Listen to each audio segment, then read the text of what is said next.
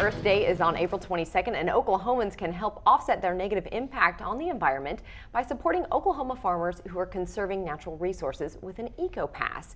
Here to tell us more is Clay Pope. Thank you so much for being here. Thank you very much for having me. Of course, of course. Now, what is an ECOpass? The ECOpass is a program that we've started at OACD that's a way for folks who live in the metro areas who want to have a greater impact on the environment. You know, there's things we can all do to lower our footprint. We can do things through recycling, driving, how we take care of our yards, what we do with our house. But you know, at the end of the day, a lot of times you feel like, well, all I've got is my house and my yard and maybe my car. It's hard to have that big of an impact on the environment. Well, this is a way, if people want to do that and they want to do more to offset the impact that they're having on the ecosystem, they can partner with agriculture producers that are undertaking conservation practices out in the rural areas to have more of an effect. One of the things that they can do by purchasing an ECOpass for over $5, they're buying an acre of conservation. If you look on average, and again, this is an average, but on average, most folks, if they want to offset, like say the carbon dioxide emissions from their house and from the rest of their life, some grow around 40 acres or 40 passes a year, which would be 40 acres, generally can offset that. If they just want to offset their car, that's 10 acres, so you're looking at $50 to offset a year's worth of driving on average. And the nice thing about the ECOpass in Oklahoma is not only you're focusing on things like carbon dioxide, those practices that they're doing also impact water quality, improve wildlife habitat, improve soil conservation. And if you look at Oklahoma, especially with water quality, one of the main areas, like say for Oklahoma City, one of the areas we're working on is the North Canadian River, which is Oklahoma City's water supply.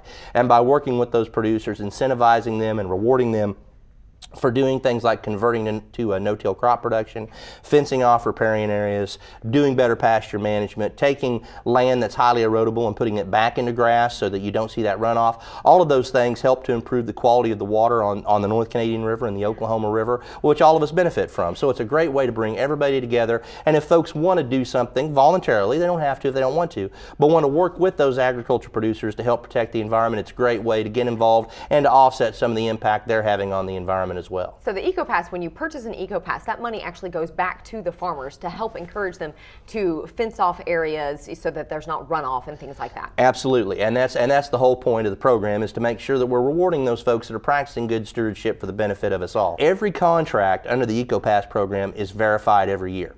So if you're paying $1 for $1's worth of activity, you can be assured that $1's worth of activity is taking place on the ground, and you've got the full faith and credit of the state of Oklahoma behind it. That's neat. That's neat. Now, an example of why this is important is what happened with the Oklahoma River in 2009. Can you explain this? Sure. As you know, there was some water quality challenges on the Oklahoma River in 2009, and this is to make sure that we don't see something like that happen again, or that we don't see other problems pop up.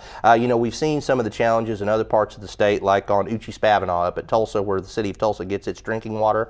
We all know some of the challenges we're facing on the Illinois River.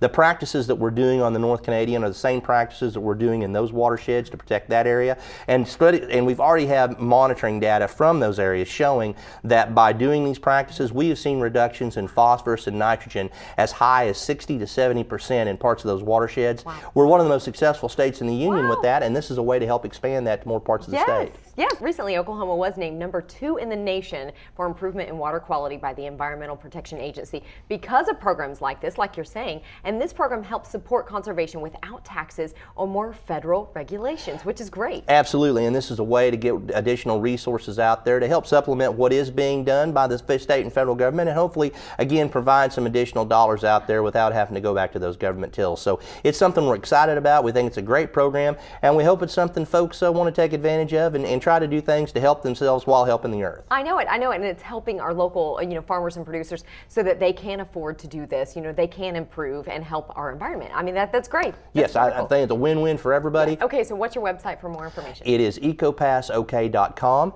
People can go there, get more information, and if they would want to purchase a credit, they have the ability to do that online as well. That's great. Thank you so much. Thank you for having me.